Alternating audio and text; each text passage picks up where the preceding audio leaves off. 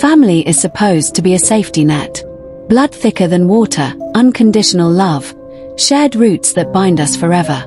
At least, that's what I was raised to believe.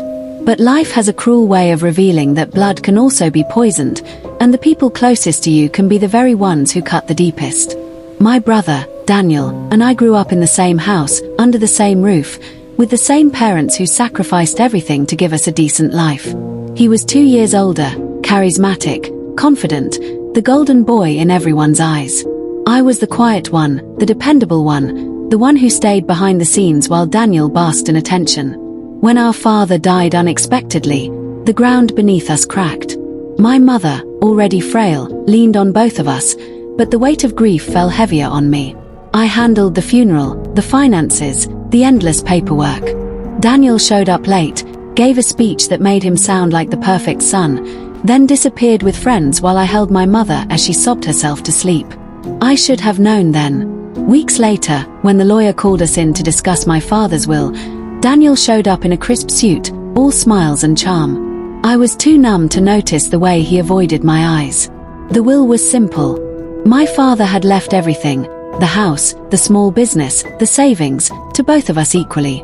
50-50, the lawyer said, his voice calm, final. My father's way of keeping us bound together even after he was gone. But Daniel's smile that day wasn't the smile of a grieving son. It was the smile of a man already planning to take more than his share. It began subtly. He pressured my mother to let him manage the finances, claiming I was too emotional to handle business. He whispered that selling the house would be best, though he never once asked how I felt about leaving the only place that still held our father's memory. He made late-night visits to the lawyer's office, signing papers I knew nothing about. At first, I ignored it. I told myself Daniel was just being practical. Maybe he thought he was protecting me. But when I noticed bank withdrawals I hadn't approved and documents missing from the safe, the truth hit me. He wasn't protecting me. He was cutting me out. The betrayal became undeniable when I stumbled across an envelope tucked inside my mother's dresser. Inside were unsigned copies of transfer of ownership forms, papers that would give Daniel full control of the business and property. My name wasn't on them. And my mother, my sweet, fragile mother, had no idea. He had told her it was just standard paperwork. The rage that boiled in me that night was unlike anything I had ever felt. This wasn't just money. This wasn't just property. This was my father's legacy, his life's work, being stolen out from under me by the one person I should have trusted the most. But I didn't scream. I didn't confront him. Not yet. Because I realized something important. Daniel thought I was weak. He thought I'd bow my head and accept whatever scraps he left me. He had no idea I was watching. He had no idea I was documenting every move. And he had no idea that while he was plotting to steal from me, I was already planning how to destroy him with the truth. This wasn't just about inheritance anymore. It was about justice. About revenge. About showing my brother that betrayal has a price, and I was more than ready to make him pay it. The night I found those transfer documents, something inside me shifted. My grief hardened into resolve. For weeks I had been drowning, letting Daniel's charm and manipulation wash over everything. But not anymore. He wanted to play a game of deceit. Then I would play it better. The first thing I did was stop telling Daniel anything. I let him believe I was oblivious, the naive younger sibling too wrapped up in mourning to notice what was happening. I smiled at him when he made vague promises about taking care of everything. I even thanked him when he told my mother he would handle the heavy decisions. All the while, I began keeping meticulous notes. I tracked every bank withdrawal, every suspicious meeting with the lawyer, every signature that didn't match my mother's trembling handwriting. I took photos of documents when Daniel wasn't looking. Slowly, I was building a case, not just in the eyes of the law, but in the eyes of my mother. Because when the time came, she needed to see the truth with her own eyes. But Daniel wasn't just cunning. He was ruthless. A month later, he told my mother that selling the house would be the best way to move forward. He painted a picture of a new life for her in a small apartment closer to the city, claiming she was too frail to live alone in a large house. My mother, still vulnerable from grief, Almost agreed. Almost. That night, I sat beside her at the kitchen table. "Mom," I whispered, sliding the unsigned transfer forms in front of her. "Do you know what these are?" Her hands shook as she read them. At first, confusion clouded her eyes. Then fear. Then devastation. "Daniel," he said. Her voice cracked. "I know what he said," I interrupted gently. "But look at this. Look at where my name should be." For the first time since Dad's death, I saw fire return to her expression. A fragile, broken fire, but fire nonetheless. We agreed not to confront Daniel right away. Instead, I suggested something else. Let him continue digging his own grave. Let him believe he was winning. Meanwhile, I would make sure the lawyer knew what was really happening. The next week, I scheduled a private meeting with the family lawyer. His brows furrowed as I laid out the copies, the withdrawals, the signatures that didn't add up.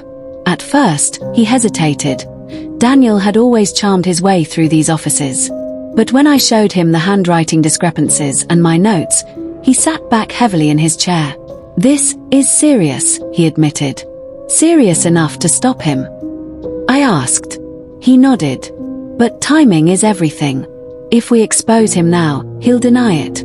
He's clever enough to spin this as a misunderstanding." So we waited. And Daniel, blinded by greed, kept digging. He listed the business for sale behind my back. He began moving assets into accounts I didn't recognize.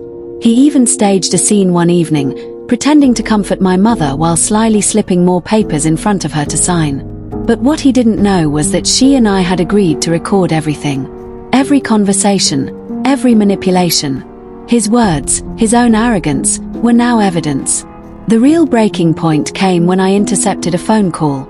Daniel was talking to a real estate agent, his voice smooth and self-assured. "Yes, once the paperwork is signed, I'll have full control. My sister won't be an issue. She's too soft." Those words burned into me. Too soft. That night, I made my decision. Enough waiting. Enough letting him tighten the noose. It was time to flip the script. I called the lawyer, sent him the recordings, and asked a single question. "When we bring him down, can we do it in front of everyone?" The lawyer chuckled grimly. "Oh, yes. We can." The plan was set. At the next family meeting, Daniel would walk in expecting victory. But instead, he'd be greeted with the very truth he tried so hard to bury. And this time, there would be no way out. The day of the family meeting dawned colder than usual, though maybe it was just my nerves. I woke up early, reviewing the stack of documents and the flash drive filled with recordings. Every detail, every lie Daniel had told, every trick he had played, it was all here, waiting to come crashing down on him.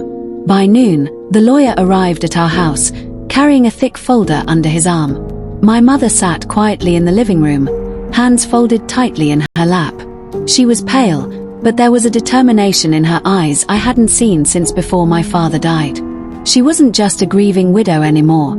She was a mother ready to defend her children and her husband's legacy. When Daniel finally walked in, his usual smug confidence filled the room. He kissed my mother's cheek, gave me a thin smile, and clapped the lawyer on the back as though they were lifelong friends. "Well, I'm glad we're all here," he announced, dropping into a chair. "I've been handling things for weeks now, and it's time we finalize some decisions. The house, the business, everything's ready to be signed over. This way, Mom, you won't have to worry about anything. I'll take care of it all." His voice dripped with false sincerity, each word carefully crafted to sound noble. If I hadn't known the truth, I might have believed him myself. The lawyer cleared his throat. "Daniel, before we move forward, there are a few matters we need to address." Daniel raised an eyebrow, his smile unwavering. "Of course. Go ahead." That's when the lawyer laid the folder on the table and opened it. Page after page of evidence spread out like a storm. Bank transfers, unauthorized signatures, forged documents, all with Daniel's fingerprints all over them. Daniel's smile faltered for the first time. "What is this?" "Your trail," I said coldly, sliding the flash drive across the table. "And this, your voice." The lawyer plugged the drive into a laptop, and soon the room filled with Daniel's own words. His voice played back, confident and damning. Once the paperwork is signed, I'll have full control. My sister won't be an issue. She's too soft. The silence that followed was suffocating. My mother's eyes glistened with tears, not just from betrayal, but from fury. "Daniel," she whispered, her voice trembling. "How could you?" He stammered, trying to gather himself. "It's not what it sounds like. I was just protecting us. Protecting the family. By stealing from us." I snapped. By forging Mom's signature and selling off Dad's life's work. The lawyer's tone was firm, professional, but sharp as a knife. "Daniel, what you've done is fraud. Forgery. If we took this to court right now, you'd be facing prison time. The only reason we're even having this conversation is because your mother deserves to hear the truth first." Daniel's mask cracked completely. He paled, then flushed, then looked at me with a mix of rage and desperation. "You set me up," he hissed. "No," I shot back. "You set yourself up. You just thought no one was paying attention." My mother's voice cut through the tension, stronger than I'd heard it in months. "Your father built this family with love and honesty. And you," she pointed at Daniel, her finger shaking but resolute, "you tried to tear it apart for money. You are no son of mine if this is who you've become." Daniel's shoulders slumped. For a moment, I thought he might actually apologize, might beg for forgiveness. But instead, his face hardened. "You'll regret this," he muttered, pushing back his chair. The lawyer's hand stopped him. "Not so fast. You're not walking away from this without consequences." Daniel's eyes flicked to me, venomous, but I didn't flinch. "What happens now?" I asked the lawyer. "Is up to Mom." The room fell quiet. My mother took a long, shaky breath, her gaze fixed on Daniel. "You want to know what happens now?" she said, her voice low but steady. "You will sign over every last asset you tried to steal. You will step away from the business your father built. And you will never try to manipulate this family again." Daniel sneered. "And if I don't?" The lawyer leaned forward, his voice calm but lethal. "Then I'll make one phone call, and you'll be answering to a judge instead of your mother." The fight drained out of Daniel. He slumped into the chair, his arrogance finally broken. For hours, he signed papers under the lawyer's watchful eye, undoing everything he had tried to take. By the time it was over, his hands shook with fury, but his empire of lies had crumbled into nothing. When he finally stormed out of the house, slamming the door behind him, the silence that followed was heavy, but this time, it was peaceful. My mother reached over and took my hand. "Your father would be proud," she whispered. I nodded, but inside, I felt more than pride. I felt relief. Not just that justice had been served, but that I had proven something to Daniel, and maybe even to myself. I wasn't too soft. I wasn't blind.